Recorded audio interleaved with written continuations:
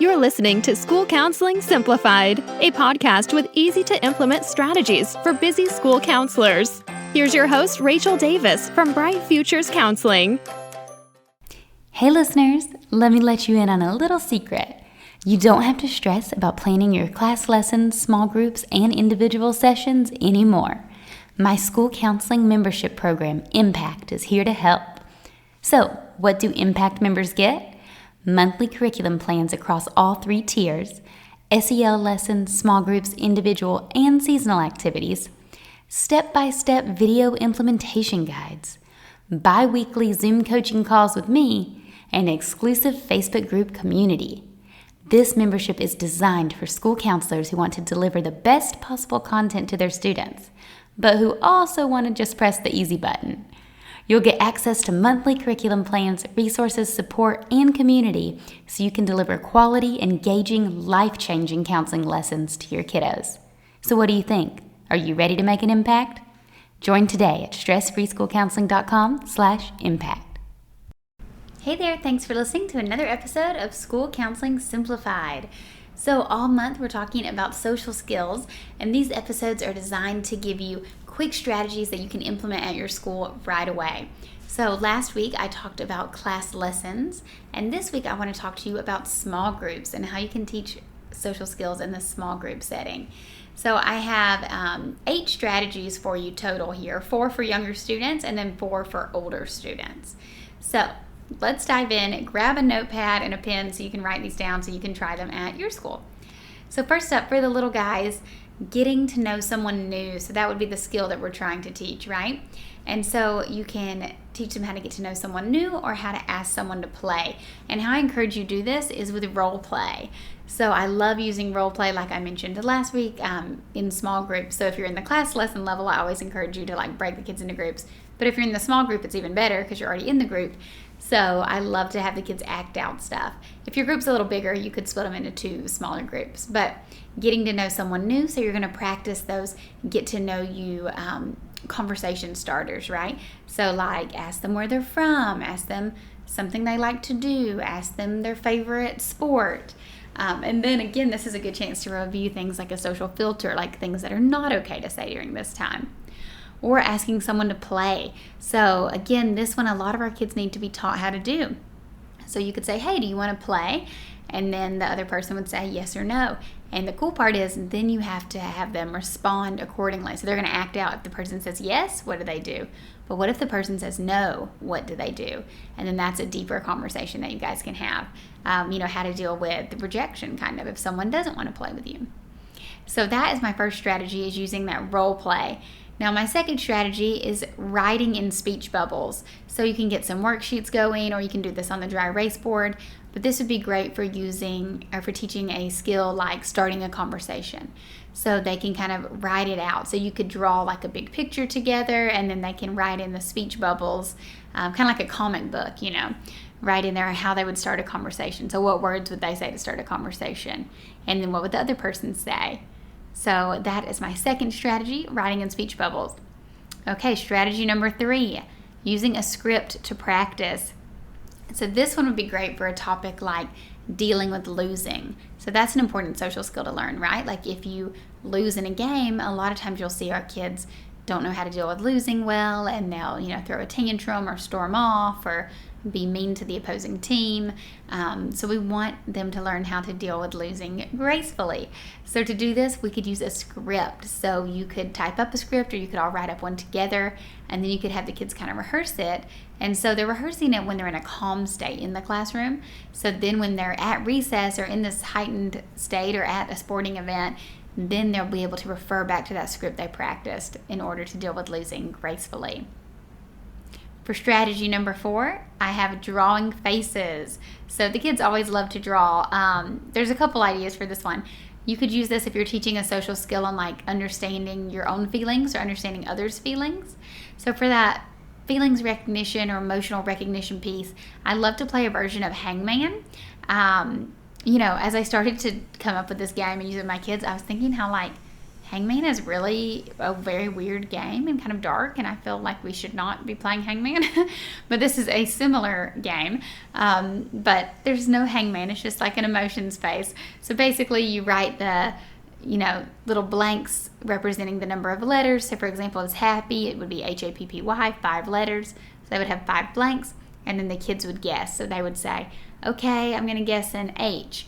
Okay, H is right, so you write that in there. But if they guess a U is not in there, so then you would draw a face. And then for every incorrect letter that they guess, you draw another piece of the face, and the face starts to show the emotion that they're trying to guess. So the face would start to be like a smiley face or a happy face. And then, so they're kind of getting hints, as they're narrowing down their letters, they're also getting hints as the picture continues to be drawn. So that's a really fun one. And then same for understanding others' feelings. For this one, you could do like kind of some empathy scenarios. So have some scenario cards like this happened to the student. How do you think they're feeling? And then they can draw on that student's face, the emotion they think they would be feeling. So this is really important because we can talk about those very specific cues on how we can understand others' feelings. So I've done this with students before. Like, okay, if we're going to draw a sad face, draw it. And they just might draw a standard frowny face. Then we'll say, okay, yeah, the mouth is turned down. What else do people look like when they're sad? Oh, maybe their eyebrows are, kind of hunched down. Or if they're angry, their eyebrows are real sharp. Or their face might be a little red. So it's interesting to talk about those like really specific cues that we can see, in body language. That being said, it doesn't have to be limited to drawing faces. You could show the general body feeling. So when you're, upset, your body may be more slumped. This is reminding me of a book that my 2-year-old son loves, Grumpy Monkey. So you could definitely read that with the students because it talks a lot about, the monkey's body language. There's like 4 different lessons you could teach out of that book. I swear, it's so great. As a counselor, I read the book and I'm like, this is so good.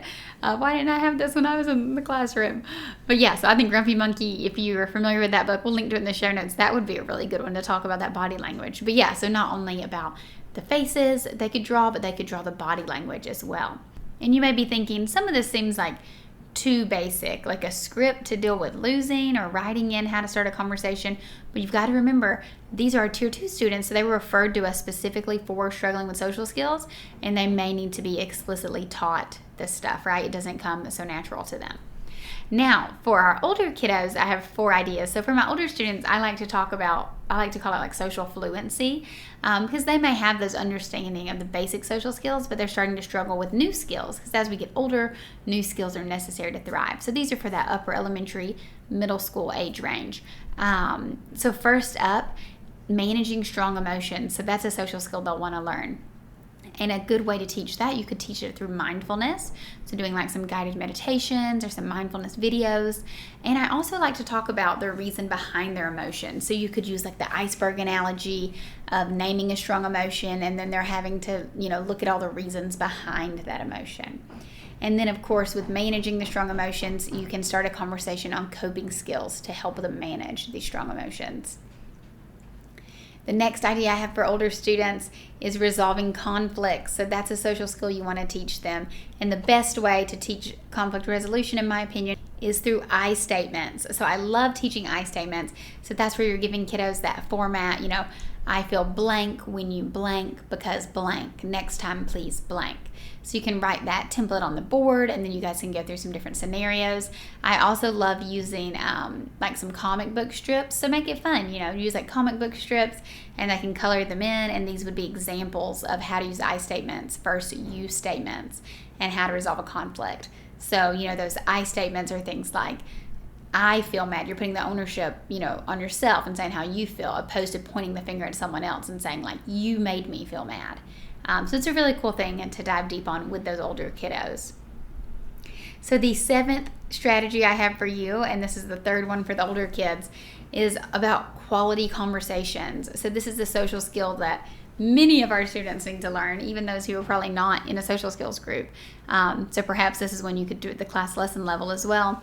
But quality conversations practice active listening, turn taking, not interrupting, and staying on topic. So how I encourage you to do this in a small group is you would have like a mock conversation.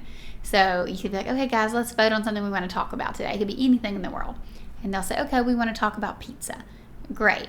So we're going to talk about pizza, and we're going to take turns talking about pizza, and we're just going to have like a mock conversation about it, right? I mean, I guess it's a real conversation, but we're just having this conversation on purpose in order to achieve these things. So you as the facilitator are going to notice, oh, who's practicing active listening? And you can give them like a point.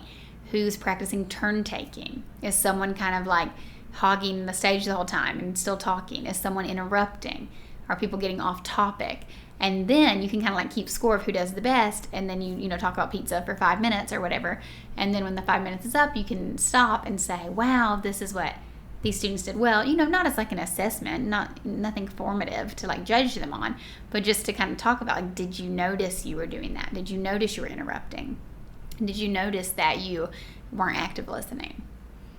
And then my final strategy I have for you guys for the older kiddos, this is about cell phone etiquette. So this is a social skill. Again, I think almost all of our kiddos could benefit from, but if these students are referred to you in that tier 2 group, then definitely them. And cell phone etiquette, you can do this as like an acting out thing. So you could come up with a list of inappropriate places to use your phone.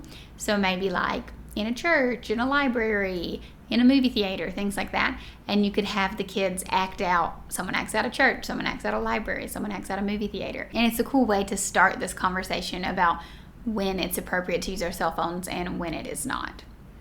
Okay, guys, if you guys liked this episode, I have 2 resources I'm going to link to in the show notes, 2 small groups. So for the little guys, I have a group called Social Sleuths, and it's all about those, detective skills, like how to start a conversation, how to deal with losing, how to understand your feelings. And then I have the older students version, which is called Social Fluency, and it talks about those things we were just chatting about for older kids, like resolving conflicts, having quality conversations, cell phone etiquette, managing strong emotions, and so on. So if you're interested in those, I'll link to those in the show notes, and I'll link to that Grumpy Monkey book I was talking about, because I think that would be a great one to use with the little guys. You could even use that one in a class lesson too. See, so there's a lot of overlap and flexibility here. So find the ideas that speak to you that you want to try, and then I encourage you to try them out at your school. Let me know how it goes. Send me a message or tag me on Instagram at Bright Futures Counseling. I would love to see how you're using these strategies at your school site. Okay, guys, talk to you next week. Thanks for listening to School Counseling Simplified. You can find the links from today's episode in the show notes. If you'd like to connect with Rachel, she's on Instagram and Teachers Pay Teachers at Bright Futures Counseling. Be sure to subscribe to the podcast so you don't miss any episodes of School Counseling Simplified. Talk to you next week.